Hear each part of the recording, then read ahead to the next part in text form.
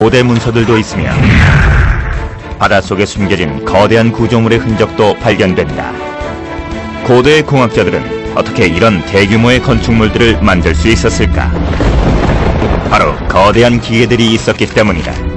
우리의 조상들이 갖추었던 놀라운 기술력을 알게 되면 고대 문명에 관한 기존의 생각들은 전부 뒤집히게 될 것이다. 이것은 강력하고 복잡하며 놀라운 기술을 자랑하던 고대의 기계들에 대한 이야기다. 오늘날 우리는 수천 년 전 지구상에 수많은 거대 기계들이 존재했다는 사실을 전혀 모르고 있다. 수톤 무게의 대리석을 넘기던 거중기와 배를 바다 밑바닥으로 끌어내리는 데 사용되었던 수중 갈고리, 물의 힘으로 작동하던 기계식 톱까지. 이 놀라운 장치들은 웅장한 신전이나 하늘 끝까지 닿는 기념물들을 건축하는 데 사용되었다. 일부 기계들은 현대 건축 현장에서도 어색하지 않을 것이다. Somebody traveling to a construction site of antiquity would have recognized the same machines which are used in a building site in modern times.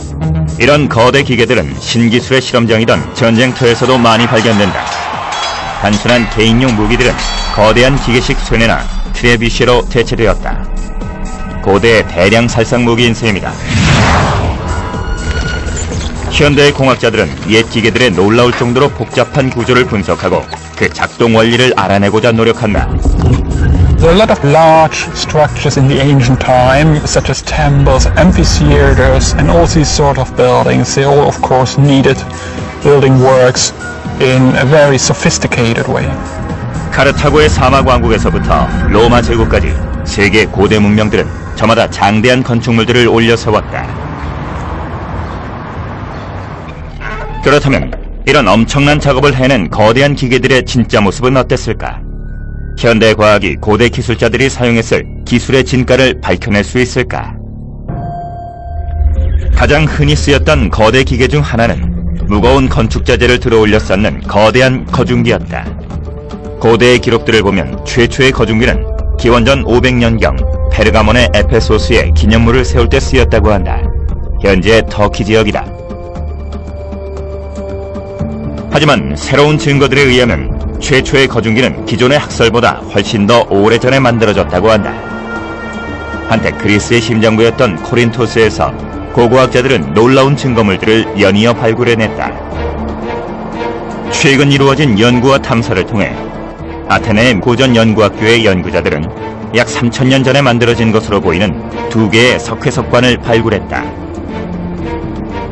We knew we had a tomb here because I could see past the edge of the cast of the grave, but the students working with me were a little bit unsure. And after a couple of days digging down within the grave, we came across this simply enormous cover slab, and we knew we had a grave of considerable importance. 이 석관을 본 고고학자들은 한 가지 단순한 이유 때문에 충격을 받았다. 바로 무게였다. The grave cutting is about 3 meters long and about 2 meters wide from east to west, and the sarcophagus is absolutely huge. 각각 3톤이 넘는 이 석관들을 손으로 옮겨 땅속에 넣는 것은 불가능한 일이었다. 고대 그리스인들은 이렇게 거대한 물건을 어떻게 이토록 정밀하게 작업할 수 있었을까? Probably the easiest way to do it would be to transport the stone on rollers and use oxen to haul it into place here. Then what they'd do is they'd roll the sarcophagus on the rollers over the top of the hole that they'd dug. And then they could turn ropes around the sarcophagus proper and make it steady by wrapping the ends of the ropes around something called Samson posts. You can then maintain the weight of the sarcophagus, pull out the rollers so the sarcophagus is then just swinging free above the hole, and then using friction you can lower the block into place. 고고학자들은 새로운 이론을 세웠다. 그리스인들이 고대의 거중기를 이용해 무덤 속으로 관을 내렸다는 것이다. 당시의 거중기는 알파벳 A 모양의 구조였을 것이다. 밧줄로 틀의 들보를 감싸서 관을 내릴 때 정확한 조작을 할 수 있도록 한 것이다. So we have here monumental architecture for the dead below the ground, and we must be a step away or even a step behind having monumental architecture above the ground circa 900 BC. 코린토스의 관과 최초의 거중기에 대해서는 아직도 알려지지 않은 것이 많다. 어쩌면 거대한 기계들은 비밀을 간직한 채 땅속에서 발굴되기를 기다리고 있을지도 모른다. 만약 코린토스의 관이 최초로 거중기가 사용된 현장이었다면 거중기의 복잡한 원리를 이해하는 데에는 천재의 도움이 필요할지도 모른다. 그는 바로 아르키메데스다. 아르키메데스는 기원전 200년경 현대의 시칠리아인 시라쿠사 지역에서 살았다. 그는 발명의 대부라고 불리는 사람이다. 시대를 한참이나 앞선 아이디어로 많은 실험을 했던 성각자였다.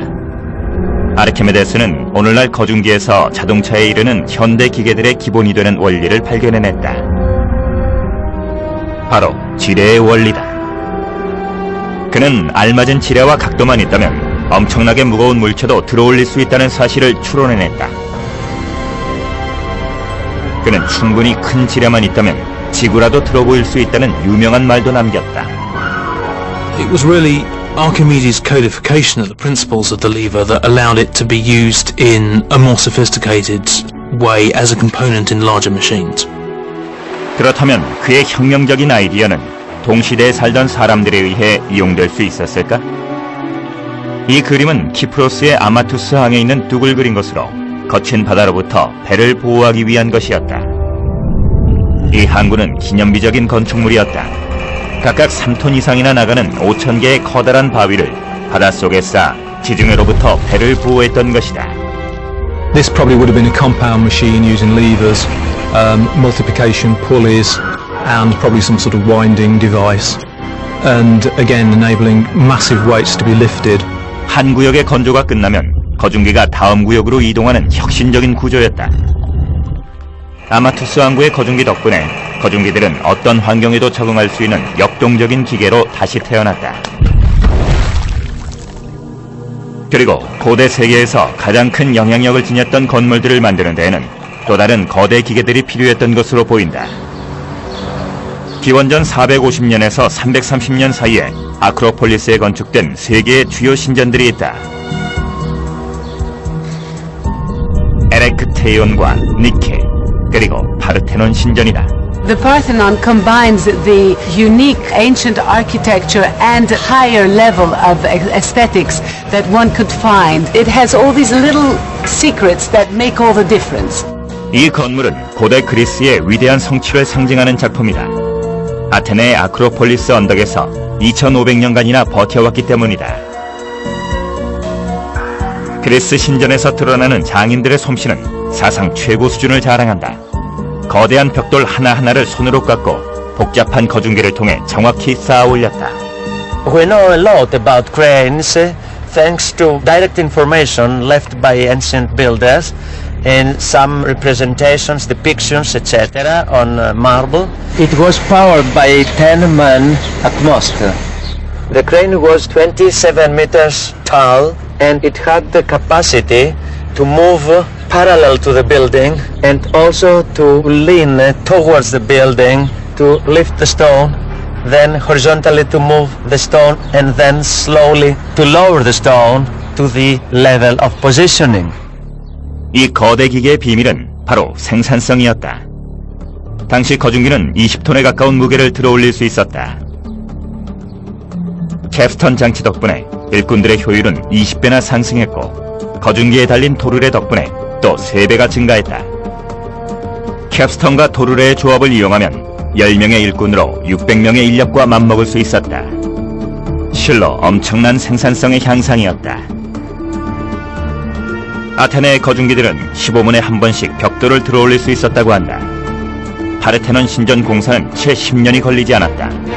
이는 기자 피라미드가 완공된 시간보다 10배나 빠른 것이다. 어떤 이들은 고대 그리스인들의 놀라운 건축 실력은 현대의 기술로도 따라잡지 못한다고 말한다. 그들의 절단과 연결 방식은 놀라울 정도로 정교하기 때문이다. Nobody knows exactly the secret of a worker.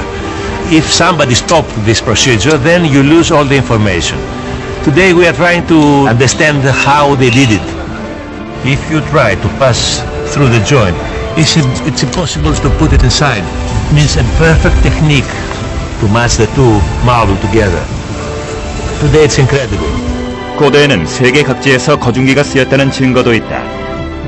거중기는 서커스를 연상시키는 환상적인 장치로 쓰였다고도 한다. 고대 문서 기록에 따르면 죽은 자의 신탁이라는 장치가 신비주의 의식에 이용되었다고 한다. 놀랍게도 사람들은 황가금료를 마신 뒤 어두운 동굴로 안내되었다. 그 안에서 사제는 오늘날의 마술사처럼 거중기에 매달려 날아다녔다. 당시 사람들에게는 죽은 자의 유령이 날아다니는 것처럼 보였을 것이다. 고대 사람들이 그 정도로 뛰어난 기계를 만들 수 있었을까? 죽은 자의 신탁에 얽힌 비밀이 조만간 벗겨질 것 같지는 않다. 학자들은 고대 문명들이 왜 그리고 어떻게 거중기를 사용했는지를 계속해서 연구하는 중이다. 하지만 이런 거중기의 활용을 절정까지 끌어올렸던 것은 로마인들이었다. 고대 지구상에서 가장 큰 제국을 세웠던 거대 기계들에 얽힌 비밀을 조금이라도 밝힐 수 있게 될 것인가. 고대 그리스인들은 아름다운 신전과 기념물을 세우기 위해 거대한 거중기를 발명했다. 하지만 이 기술을 대규모로 발전시킨 것은 고대의 대제국 로마인들이었다. 로마 제국은 서쪽으로는 영국, 동쪽으로는 요르단까지 4,800km나 뻗어 있었다. 로마인들은 수많은 종족들을 그들의 지배하에 두기 위해서 신속한 정복과 그를 잇는 건축 사업을 필요로 했다. 패전국에는 수세기에 걸쳐 정복자들을 위한 기념관을 지었다. 하지만 로마인들은 이런 대규모 공사에 이집트인들처럼 수백 년을 투자하지는 않았다. 그들은 진보적인 기술이 필요했고 결국 무거운 자재를 빠른 시간 안에 들어올릴 수 있는 거대한 거중기를 발명해냈다. 로마는 천재적인 실력을 갖춘 최고의 건축가를 호출했다. 그는 바로 비트루비우스였다. 그는 고대 거중기로 로마 제국의 거대한 구조물들을 세울 때 유용하게 쓸 몇 가지 디자인들을 고안해냈다. 그의 가장 큰 업적은 거중기의 멋진 성능을 몇 배나 올릴 수 있는 바퀴를 이용했다는 것이다. 바퀴는 안에 5명이 들어가서 걷는 식으로 작동되었다. 대리석을 옮기는 데에는 정교한 기술이 쓰였는데 바로 대리석 한가운데에는 특별히 제작한 구멍이 있어서 이 구멍에 금속 쇠기가 박혔던 것이다. 쇠기 3개가 전부 자리를 잡으면 고정핀이 들어가고 이것으로 대리석을 들어올린다. 대리석 조각 자체의 무게 덕분에 3개의 쇠기만으로도 무게를 지탱할 수 있다. 돌판 밑에 밧줄을 달지 않고 돌덩이를 들어올리는 천재적인 방법이다. 로마의 일부 구조물들도 이 같은 원리를 이용해 만들어졌다. 그중 가장 놀라운 것은 트라이아누스의 기둥이다. 트라이아누스의 기둥은 놀라운 기념물이다. 로마 위로 우뚝 솟은 이 기념물은 복잡한 구조를 갖춘 로마의 건물들에 둘러싸여 있었다. Trajan's the emperor who takes as his ruling name biggest of all, Trajan Optimus Maximus. And if you're going to be the biggest emperor, you have the biggest column monument. 이 거대한 구조물의 높이는 30m로 40톤이나 나가는 원통용 돌들을 섬세한 기술로 하나씩 쌓아 올려 만든 탑이다. Inside that column is a helical stair. Those little slits are windows. So they had to cut each block with the internal staircase and have them perfectly aligned. The stones stay together, they don't shift. And what that takes is calibrating the joins absolutely. 그렇다면 어떤 거중기를 사용해서 이런 엄청난 대공사를 진행했을까? 하테리의 부조라 불리는 로마인들의 장례 문화를 그린 이 부조에는 아주 중요한 정보가 새겨져 있다. 고대 로마에서 거중기가 어떻게 쓰였는지를 엿볼 수 있는 단서를 찾을 수 있다. 로마인들은 5명의 숙련된 일꾼들이 조작하는 오중 도르래 시스템을 이용했다. 이 부조를 통해 고대 로마인들이 당대의 그 어떤 문명보다도 뛰어난 거중기 기술을 갖추고 있었음을 알 수 있다. 트라이아누스의 기둥을 만들었던 로마의 기술자들은 당대 최고의 거중기를 이용했다. 로마가 이집트에서 오벨리스크를 가져올 때 이 강력한 거중기들은 거대한 돌판을 세우는 데 쓰이기도 했다. 아쉽게도 현재는 온전한 상태로 남은 고대의 거중기가 없다. 이런 웅장한 오벨리스크들을 통해 고대의 건축가들이 이용했던 거중기의 비밀을 추측할 수 있을 뿐이다. 하지만 독일에서 진행 중인 프로젝트가 상황을 바꿔놓았다. 몇몇 현대 공학자들이 최초로 고대의 거중기를 재현한 것이다. 우리도 마침내 고대의 거대 거중기의 진면목을 다시 볼 수 있을 것인가. 이 거중기는 재현을 위해 20년 전에 만들어졌다.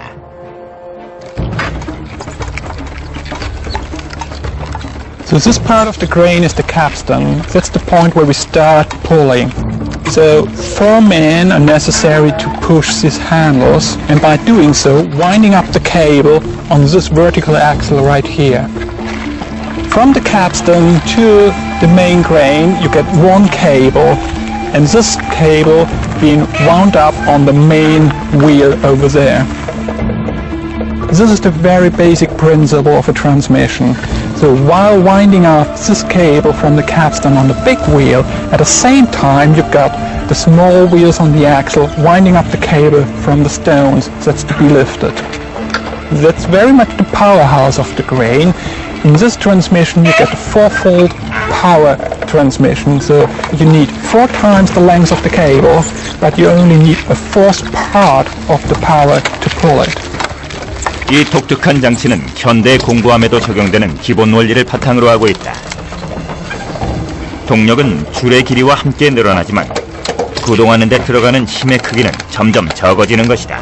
Right here you see a very important feature of lifting up the stone block. This is a block with pulley wheels, and you see a number of pulley wheels down here and another set of pulley wheels up here. We have a sequence of machines lined up.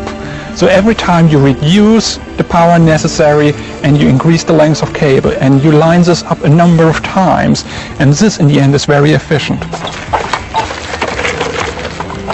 크산텐 지역의 거중기는 사람의 힘을 증폭시키기 위해 도르의 기술을 사용했지만 고대인들은 이보다 더 놀라운 비법을 하나 더 감추고 있었다. 그들은 자동으로 돌아가면서 동력을 생산하는 바퀴를 사용하고 있었다. 바로 신개념 거대 기계의 탄생이었다. 프랑스 남부 바르부갈에 있는 고대 방앗간에는 이 뛰어난 기술을 증명하는 놀라운 증거들이 남아있다. 방아를 돌리는 동력은 16개의 물레방아로부터 나온다. 고대의 거대한 기계들의 비밀을 연구하던 학자들은 더욱 깊은 신비와 마주친다. 고대인들은 대규모 건축에 쓰인 거대한 돌들을 어떻게 이렇게 정확하게 자를 수 있었을까? 로마의 조각상에서 그리스의 사원, 이집트의 피라미드까지 인류는 전 세계에 위대한 석조 구조물들을 남겼다. 이제 현대 공학자들은 이런 대규모 공사에 동원됐던 거대한 기계들의 단서를 연구하고 있다. 최근 밝혀진 또 하나의 놀라운 사실이 있다.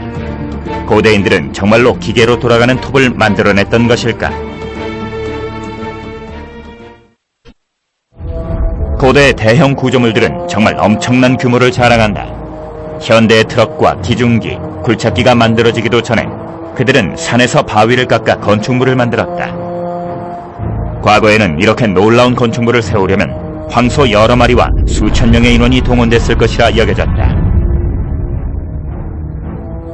하지만 이제는 현대 공학자들도 우리의 조상들이 거대한 기계를 사용했다는 것을 알게 되었다. 그리스의 아크로폴리스까지 운반된 바위는 자유의 여신상의 무게 20배에 달한다. 하지만 그보다 더 놀라운 것은 로마인들의 공학기술이었다. 로마 제국 국경지대에 있는 레바논에는 남쪽의 바위라는 유적이 있다. 무게가 1200톤이 넘는 이 거대한 오벨리스크는 인간이 만든 석조 구조물 중 최대이다. 고대인들은 이 거대한 바위를 무엇으로 잘랐을까? 또 수천 킬로미터나 떨어진 건설 현장까지는 어떻게 옮겨왔을까? 요르단의 바위들을 자르고 이동하는 과정을 살펴보려면 45,000년 전 이집트로 되돌아가야만 한다. 당시는 전설의 기자 피라미드가 세워지던 시절이다. 약 240만 개의 석회석을 쌓는데 꼬박 100년이 걸렸다. 과연 고대 이집트인들은 어떤 기계를 사용했던 것일까? You see this large mound of brick and debris.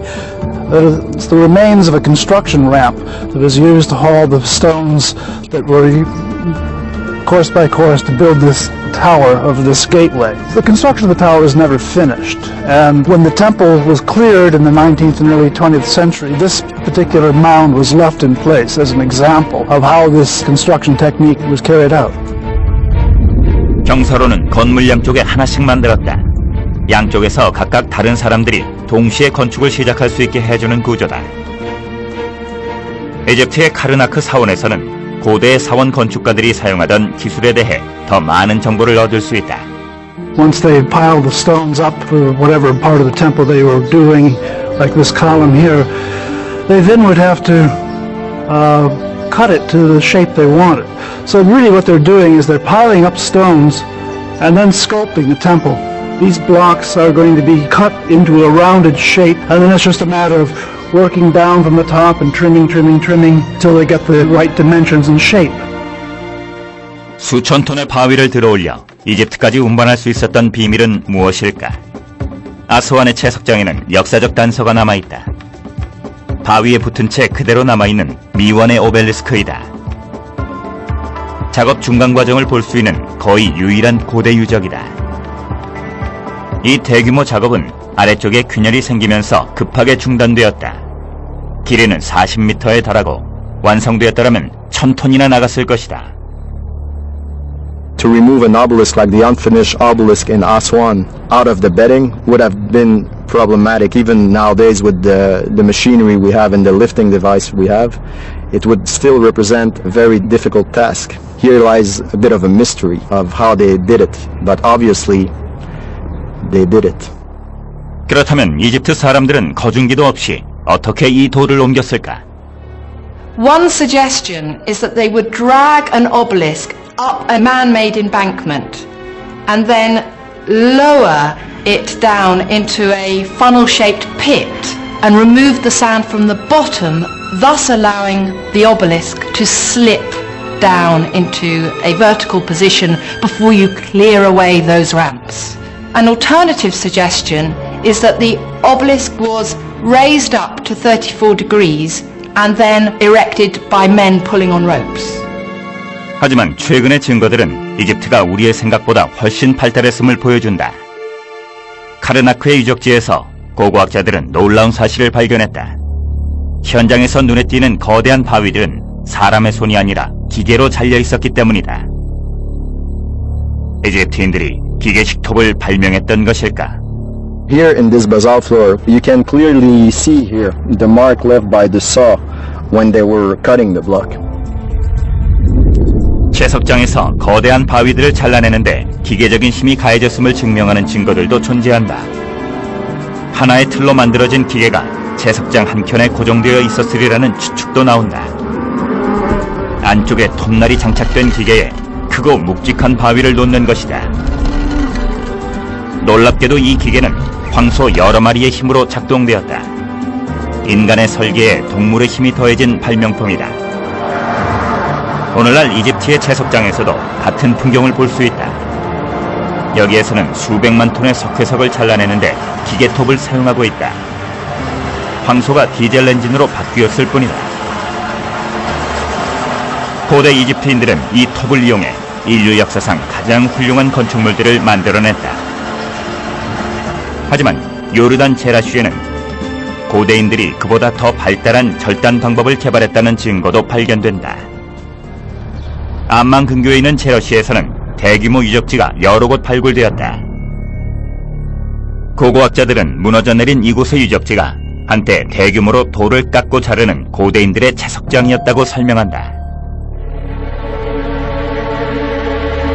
비잔틴 시대 건축가들이 선호하던 기법은 석회석에 대리석 합판을 대는 호화로운 방식이었다.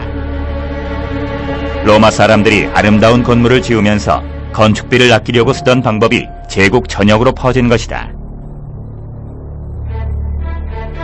이 단순한 석회석판에는 매혹적인 고대의 비밀을 풀 열쇠가 숨어있다. 돌에 남아있는 저것은 고대 거대 기계톱의 흔적일까? This is a drum. It's part of a column. In the Byzantine period, they brought this drum to this workshop to convert it to slabs. It is very perfect, which means it cannot be done by hand. It is by a machine.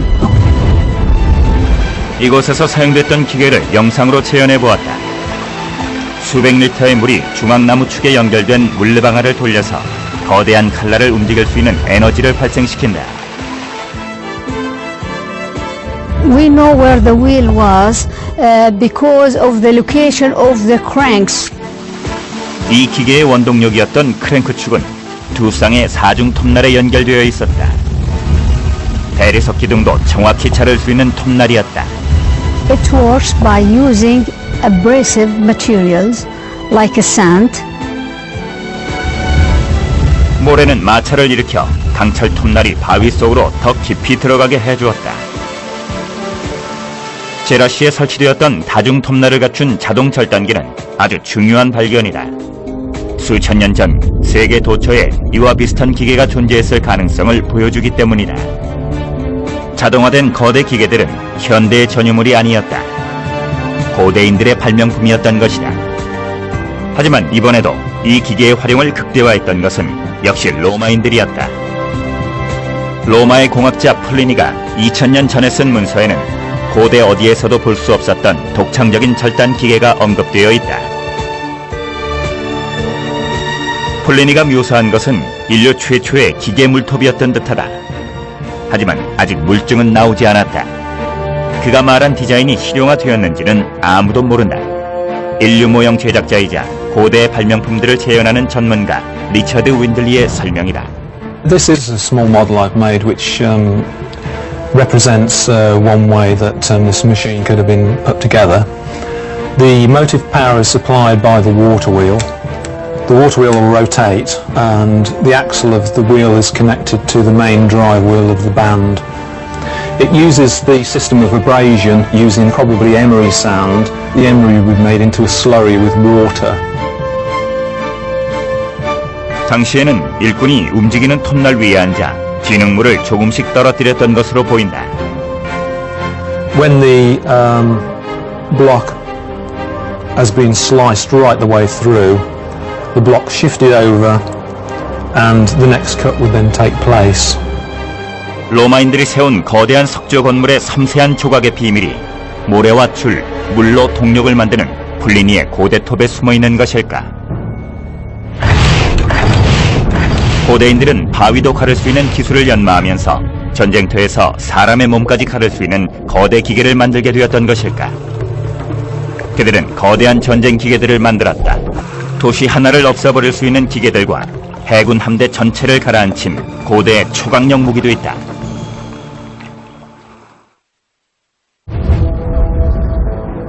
지금 생각하면 좀 이상한 일이지만 그리스와 로마 사람들은 거대한 투석기를 개발했고 무거운 물건을 쏘아 올려 적을 쓰러뜨렸다. 그들의 포위는 격렬했고 그들은 강력한 무기를 보유하고 있었다.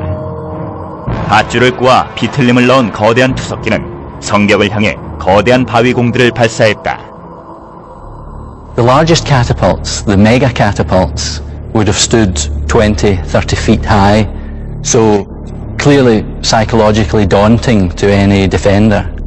These mega catapults were capable of breaking down battlements or knocking over entire ranks of soldiers. It must have been truly terrifying to face a machine like that. 중세 시대는 인류가 기술면에서 획기적인 변화를 겪은 시기였다. 이것은 인류 사상 최악의 전쟁 무기로 이어진다. 그리스, 로마 사람들은 거중기에 쓰인 도르래와 밧줄, 바퀴를 더 복잡한 무기 체계에 적용했다.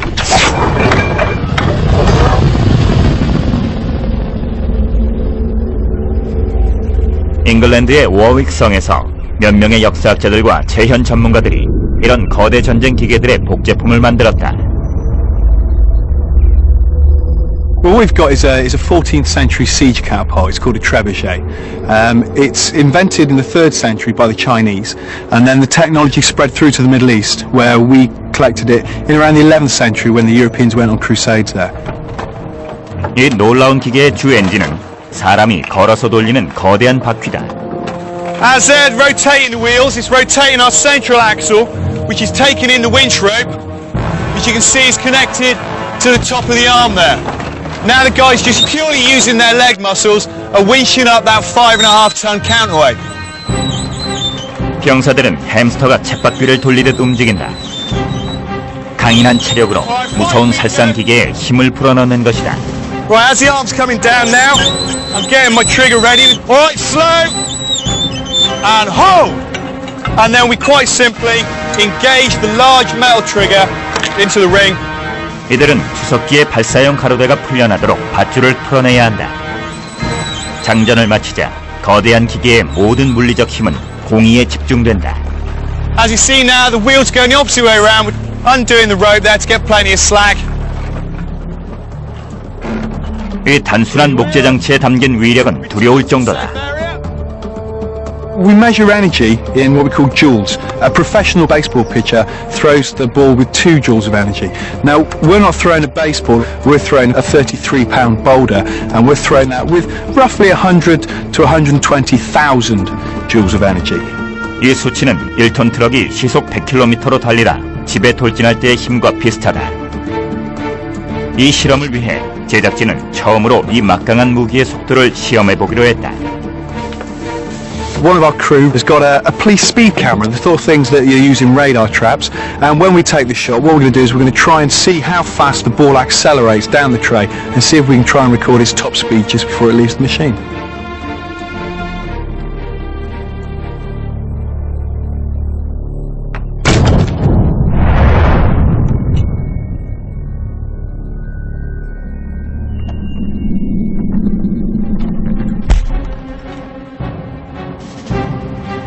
$132 miles an hour. It looks like the ball accelerated up to 132 miles an hour. Now that's some sort of energy. That acceleration was over a 5-metre distance in under a second. Now that's faster than any Formula 1 car and a faster acceleration than a modern jet fighter from takeoff. Whether it's a medieval trebuchet, a Greek ballista, or a Roman mangonel, the torsion catapults of their time, it's not really a question of are we going to knock down this castle, it's just a question of when we're going to knock down this castle. Have a cat!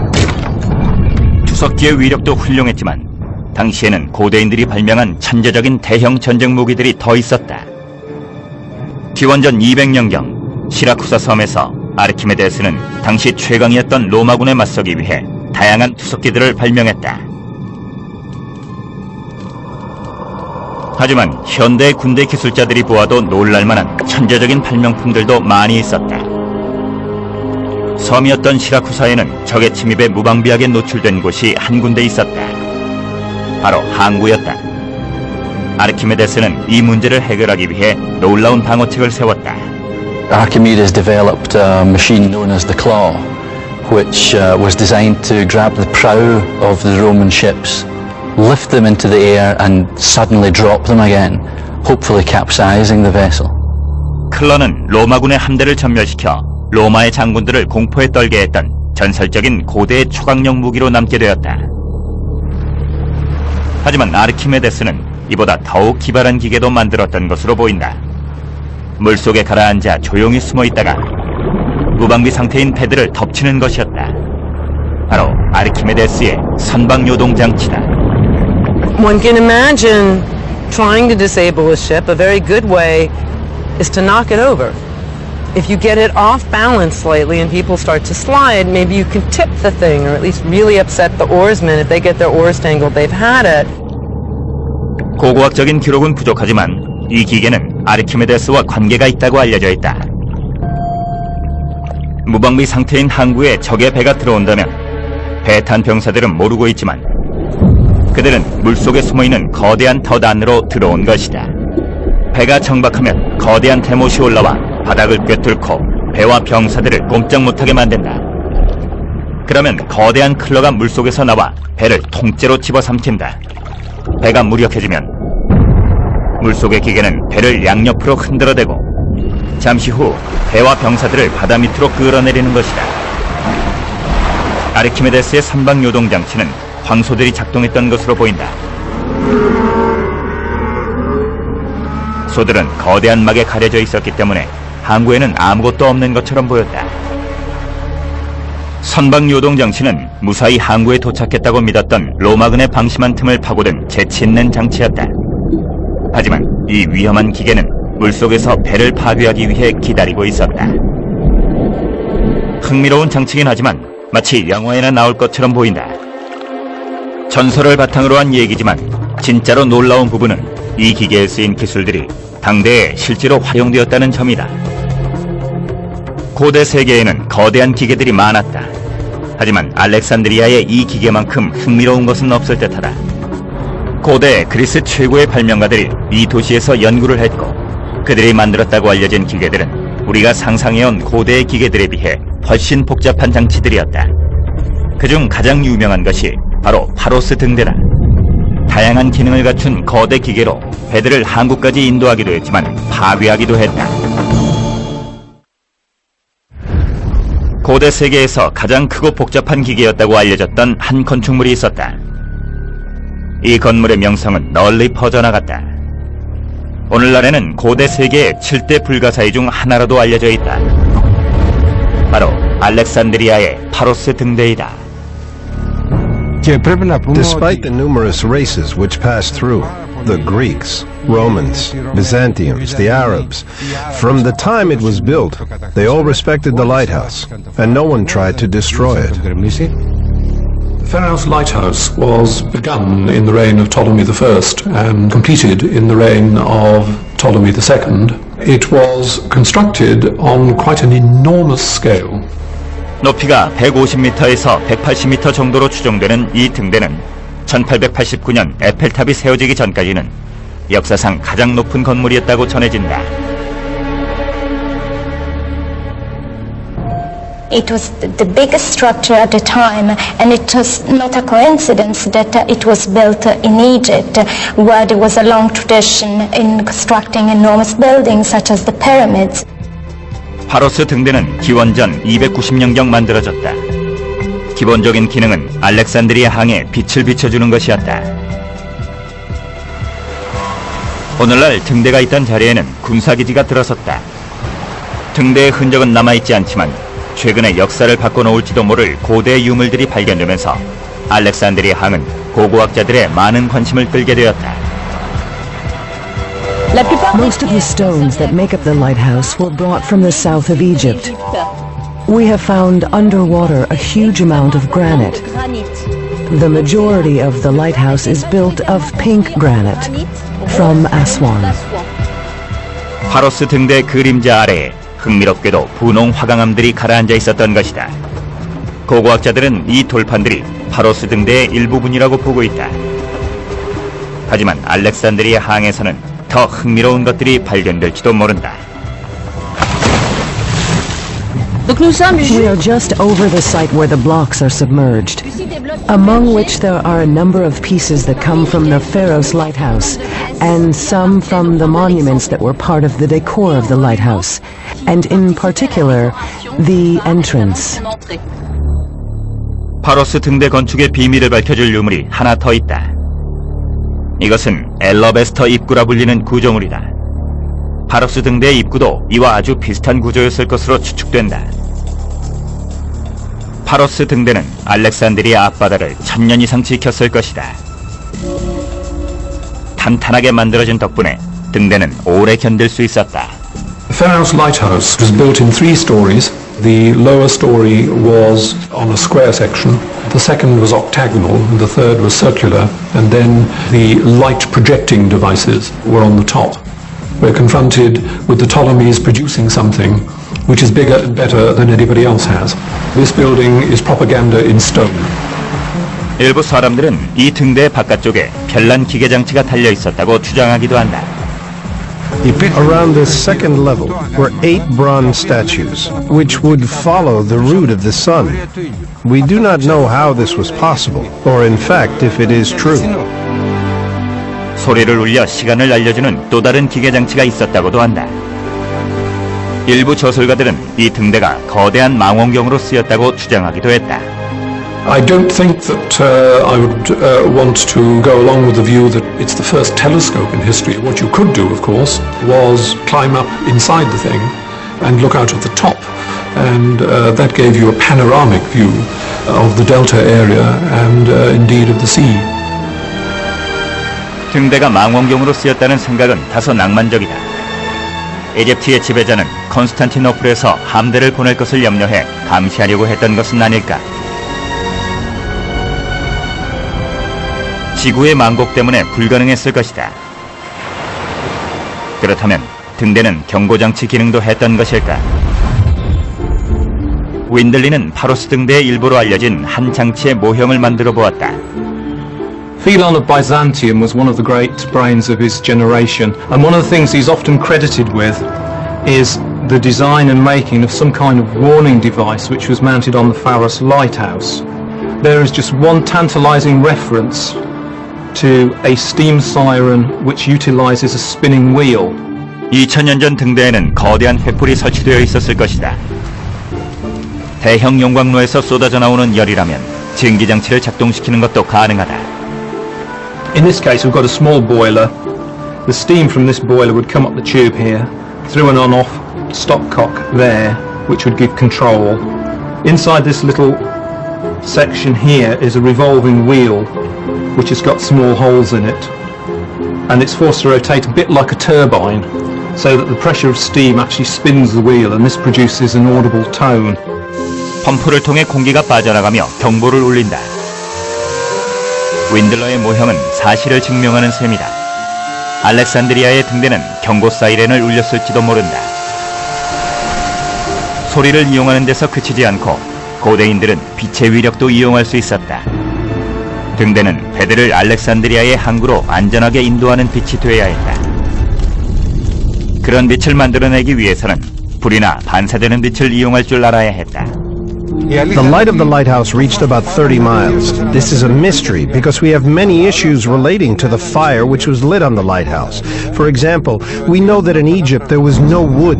There were no big forests from where trees could be cut to take wood to feed the fire. 나무가 부족했던 이집트에서 밤중에 불을 밝히기 위해서는 최소한의 연료로 불을 피우는 기술이 필요했다. 전문가들은 등대에서 밤에 작은 불을 피우고 이를 증폭해서 사용했을 것으로 보고 있다. 처음 나왔던 이론은 파로스 등대의 맨 아래층에 불꽃을 피우고 건물 안에 일련의 거울을 꼭대기까지 설치해서 그 빛을 바닥까지 반사시킨다는 것이었다. 레이저 빔처럼 말이다. 하지만 당시에 그만한 광학 기술이 있었을까? And Alexandria and Pergamon are actually very important with this. They know how to refract and focus light. They play light games. They know their optics. 두 번째 이론은 불꽃이 등대 꼭대기에서 다시 바다로 반사되었다는 설이다. 고대 문서에 따르면 크리스털이 먼 거리까지 빛을 반사해 퍼뜨렸다는 내용도 등장한다. 하지만 낮에는 거울이 태양의 빛을 반사했다고 전해진다. 윈들리는 이 거울 기술을 실험해 보았다.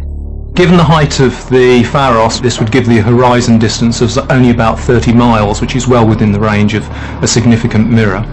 My theory, and it is only a theory, is that a mirror would collect the sun's rays from somewhere in this direction into this top mirror, which had to be precisely angled so that the beam went absolutely vertically down below, which then could be scanned, i.e. rotated, to distribute the light around a wide area. 고대인들은 빛의 반사 각도를 정밀한 계산을 통해 맞춰야 했을 것이다. 작은 실수 하나로도 빛은 이어질 수 없다. There's a small cam follower here, which is a lever, and that is connected by these little levers and cams here to achieve the desired angle of the mirror. 하지만 윈들러의 모형이 실험에서 성공을 거둘 수 있을까? Turning the handle now, and here we go. There is the sunbeam being distributed, and we have our lighthouse.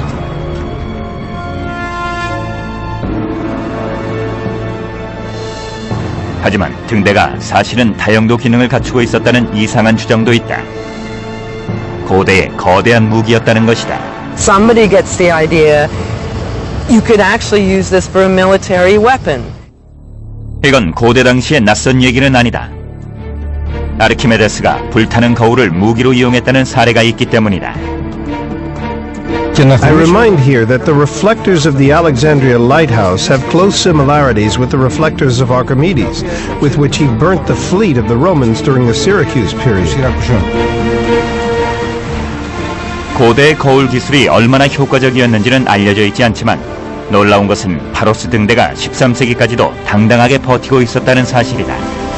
등대는 1600년이라는 세월을 버티다가 지진으로 인해 무너지고 말았다. 이 등대야말로 진정한 거대 기계였다. 우리는 거대 기계들이 20세기의 발명품이라고 믿고 싶어 하지만 그것은 잘못된 생각이다. 현대공학의 새로운 시각에 따르면 고대의 복잡한 기계들이 없었다면 지금 우리가 찬양하는 아름다운 유적들도 존재할 수 없었을 것이라고 한다. 앞으로 우리는 더 많은 기계들을 찾아내 우리가 생각했던 것에 비해 고대의 과학기술이 얼마나 진보했었는지 알아보고자 한다. 현대공학으로도 마침내 인정받기 시작한 거대한 기계들은 이미 먼 옛날부터 존재했었던 것이다.